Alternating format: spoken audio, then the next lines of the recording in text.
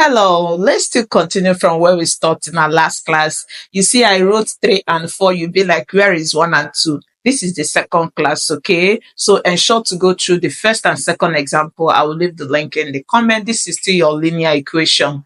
Now, this is what we are asked to solve. It's just so easy when you look at it. What this means is that what number will you divide by 3 to give you 9? You can just roughly say the answer. I know you already know the answer.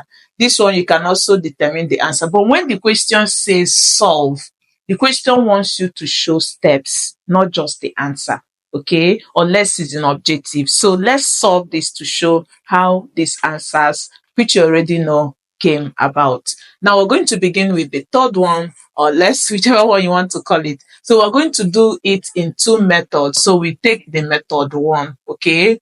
Now this is what we have, is equal to 9.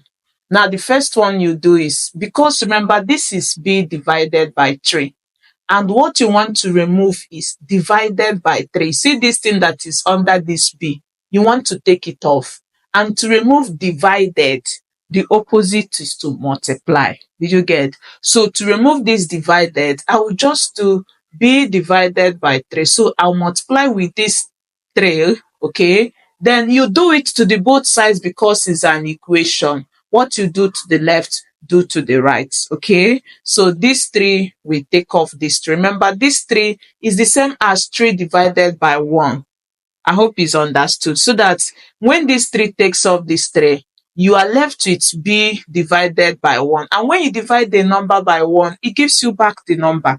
So this is what you have. And 9 times 3 will give us 27. Did you see that? That is for method 1. Now let's take method 2 under the same question. So we have b divided by 3 is equal to 9. Now what you can simply do is, this 9 is a whole number. You can choose to make it to be in form of fraction by putting 1 under it. And in that case, you can then cross multiply because there is an equal sign. It's an equation. You can cross multiply, okay?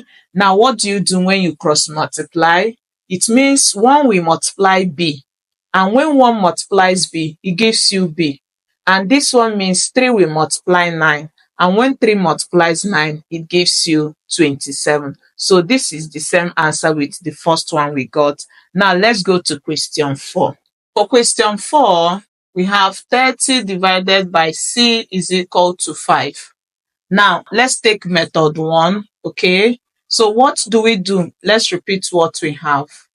Now, this is what we have, okay? And we want to find c.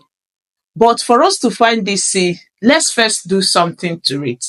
Let's see if we can remove this divided by c. And to remove divided by c, like I told you, division will turn to multiplication. So it means you are going to have it as, so this will give us, we now have 30 divided by c multiplied by c. To remove divided, you multiply, okay? And when you do to the left, do also to the right. Did you see it? So that this c will take off this c, and you are left with 30 is equal to 5 multiplied by c will give you 5c. Did you see? So this is the same as 5c is equal to 30. So to get c, this 5 is a coefficient. And coefficient simply means the number that multiplies the unknown. So to remove your coefficient, always remember to divide. You divide to remove coefficient. So you divide by that coefficient and not 30.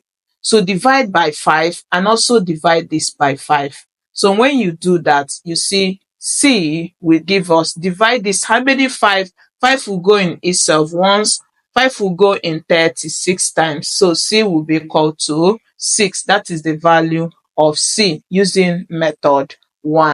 For method 2, still on this, see what we are going to have. This is 30 divided by c is equal to 5.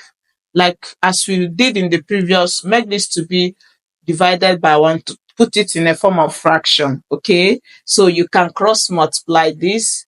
1 will multiply 30, okay? And that will give you 30. And c will multiply 5. That will give you 5c.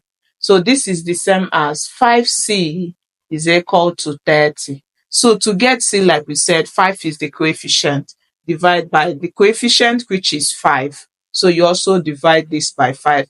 When you do that, you are going to have C will give us, this is 1, this is 6, and 6 divided by 1 gives you 6. So that is the value of C. I hope this helps you. Don't forget to like and share, and I'll see you in the third class. I hope I'll meet you there. Bye bye.